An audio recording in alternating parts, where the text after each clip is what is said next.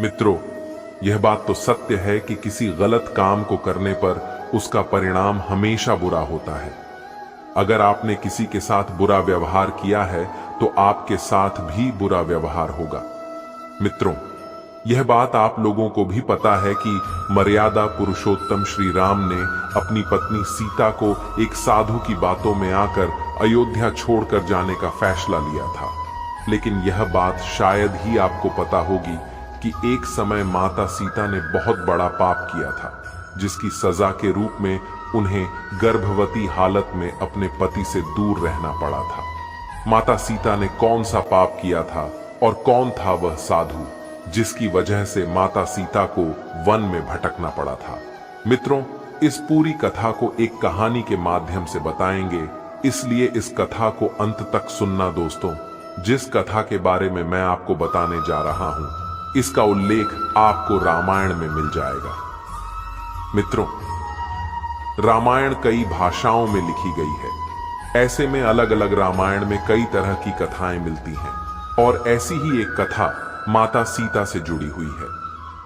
त्रेता युग में जनकपुर नगरी में जनक नाम के राजवंश का राजा हुआ करता था, जो बहुत ही सरल स्वभाव के थे। उन्होंने अपने राज्य में प्रजा के लिए अपने महल में खाने की व्यवस्था भी करते थे और अपनी प्रजा की सेवा भी करते थे। जनक वंश के एक ही राजा थे जिनका नाम सीरध्वज था। राजा सीरध्वज अपने खेतों में यज्ञ के लिए भूमि जोत रहे थे। भूमि को जोतते समय राजा सीरध्वज को एक सुंदर कन्या मिली। राजा सीरध्वज उस कन्या की आंखों को देखकर मोहित हो गए। पास में खड़े सैनिकों ने कहा, यह कन्या भूमि ने आपको दिया है, इसलिए इस कन्या को आप गोद ले लो। फिर राजा ने उस कन्या को गोद ले लिया और बड़ी होकर यही कन्या सीता नाम से विख्यात हुई। और जब सीता थोड़ी बड़ी हुई तो एक दिन वह अपनी सहेलियों के साथ अपने महल के बगीचे में खेल रही थी। तभी सीता की नजर एक तोते के जोड़े पर पड़ी, जो देखने में सुंदर लग रहे थे। नर और मादा तोता एक पेड़ की डाल पर बैठकर सीता के बारे में ही बातचीत कर रहे थे। नर और मादा तोता की बातों को सुनकर सीता को बड़ा ही आश्चर्य हुआ, क्योंकि वह सीता के भविष्य के बारे में ही बात कर रहे थे। उनमें से मादा तोता बोल रही थी कि पृथ्वी पर श्री राम नाम से विख्यात एक बड़े सुंदर राजा होंगे और उनकी महारानी का नाम जानकी होगा। श्री राम देवी जानकी के साथ कई वर्षों तक राज करेंगे। धन्य है वह जानकी देवी और धन्य है वह प्रजा जिन्हें प्रभु श्री राम जैसा राजा मिलेंगे।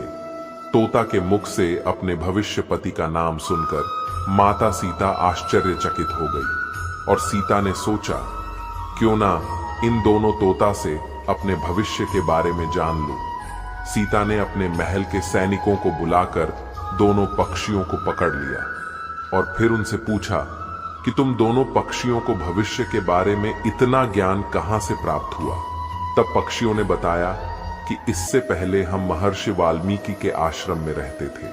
वहां हर रोज राम और सीता के जीवन के बारे में बताया जाता है, इसलिए हमें भी सीता और राम के बारे में हर चीज याद हो गई है। सीता जी ने जब यह सुना तो उन्होंने सोचा कि यह दोनों पक्षी तो बहुत दिव्य हैं, क्यों ना इनसे अपने जीवन से संबंधित सारी बातें पूछ लूं। यह सोचकर माता सीता दोनों पक्षियों से कहती हैं कि तुम दोनों बहुत सुंदर हो। देखो, तुम दोनों को घबराने की कोई जरूरत नहीं है। मैं तुम्हें किसी भी प्रकार की हानि नहीं पहुंचाऊंगी। तुम बस मुझे राम के जीवन के बारे में बताओ कि राम कौन है और उनका विवाह जानकी से कैसे होगा। तब दोनों पक्षी कहते हैं, महर्षि वाल्मीकि रामायण नाम का एक ग्रंथ लिख रहे हैं जिसमें राम के जीवन की पूरी व्याख्या है। उन्होंने बताया कि महर्षि के द्वारा किए गए पाठ यज्ञ से प्रसन्न होकर भगवान विष्णु मनुष्य का शरीर धारण करके उनके पुत्र के रूप में पृथ्वी पर जन्म लेंगे, जो कि प्रभु श्री राम होंगे। बड़े होने पर श्री राम महर्षि विश्वामित्र और अपने छोटे भाई लक्ष्मण के साथ हाथ में धनुष लिए जनकपुरी आएंगे और वहां शिव जी के धनुष को तोड़कर जानकी से विवाह करेंगे। इतना सुनने के बाद माता सीता उन दोनों पक्षियों को बताती हैं कि जिस जानकी की तुम बात कर रहे हो वह मैं ही हूं। मैं सीता भी हूं और जानकी भी हूं। इसलिए तुम बताओ कि मेरे प्रभु श्री राम कैसे दिखते हैं। तब तोता कहता है कि श्री रामचंद्र का मुख कमल के समान होगा और उनकी आंखें अत्यंत सुंदर हैं। उनका गला नीलकंठ के समान है और उनकी सुंदरता का क्या वर्णन करूं।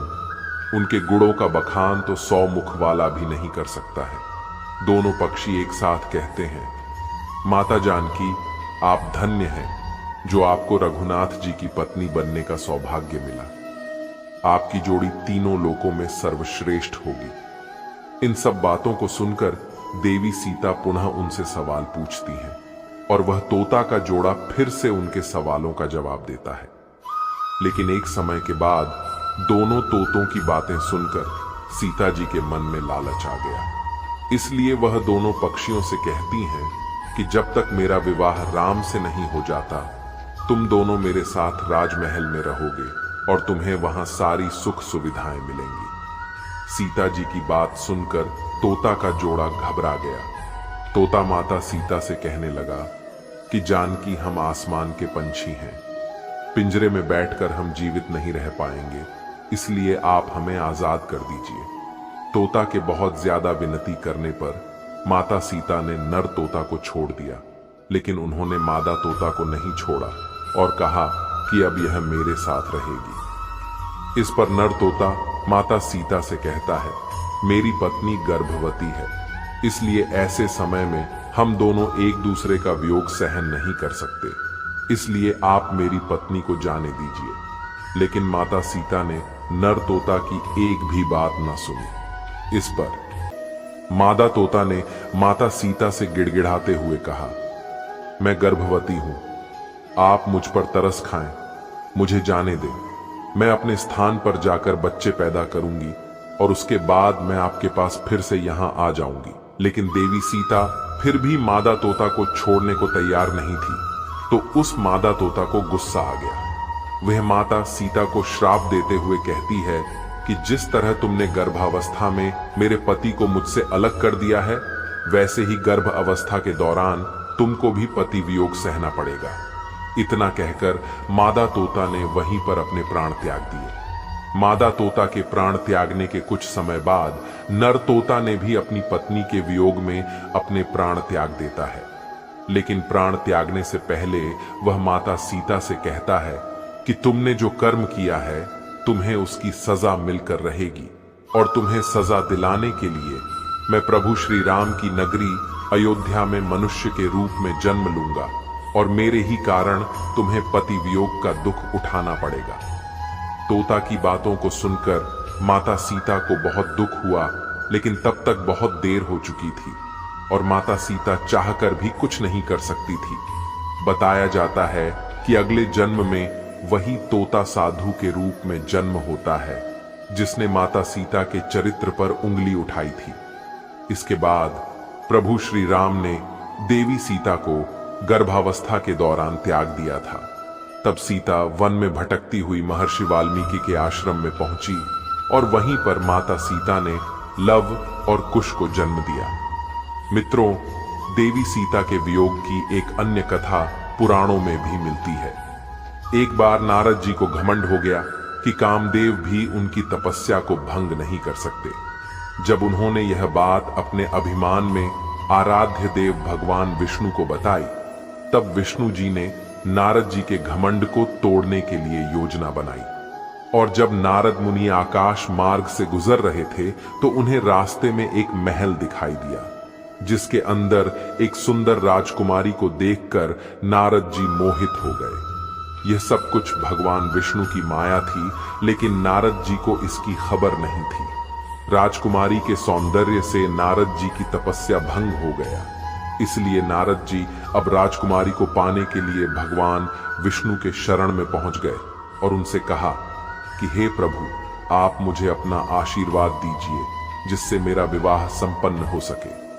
तब भगवान विष्णु ने कहा, हे नारद, ऐसा ना हो कि आप इस रूप को लेकर बाद में पछताने लगे। नारद जी राजकुमारी का रूप देखकर भूल गए थे कि भगवान विष्णु का एक रूप वानर का भी है और नारद जी के घमंड को तोड़ने के लिए भगवान विष्णु ने अपना वानर रूप नारद जी को दे दिया। जब नारद जी राजकुमारी के स्वयंवर में पहुंचे तब पूरी सभा नारद जी के बंदर वाले मुख को देखकर हंसने लगी और राजकुमारी ने भी उनके मुख को देखकर उन्हें वरमाला नहीं पहनाया। कहा जाता है कि उस समय भगवान विष्णु उस सभा में पधारे और उन्हें देखकर राजकुमारी ने उनको माला पहना दिया। नारद जी ये सब कुछ देखकर आश्चर्य थे। उन्हें समझ नहीं आ रहा था कि सब लोग नारद जी पर क्यों हंस रहे हैं। तभी नारद जी को महल रखा एक पात्र दिखाई देता है। उस पात्र के पानी में जब नारद जी ने अपना वानर वाला मुख देखा तो वह नाराज हो गए और क्रोधित होकर उन्होंने भगवान विष्णु को श्राप दे दिया कि जिस तरह आज मैं स्त्री के लिए तड़प रहा हूं, आप भी पृथ्वी पर जन्म लेकर स्त्री वियोग का सामना करेंगे। नारद जी के मुख से ऐसे कठोर शब्दों को सुनकर भगवान विष्णु ने अपनी माया का प्रभाव समाप्त कर दिया। इसके बाद नारद जी को अपनी गलती का एहसास हुआ और उन्होंने क्षमा मांगी। कहा जाता है कि नारद जी के श्राप की वजह से ही भगवान विष्णु को अपने राम अवतार में माता सीता के वियोग का सामना करना पड़ा। मित्रों, यह कथा आप लोगों को कैसी लगी?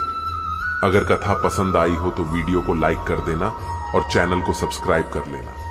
वीडियो को अंत तक देखने के लिए आप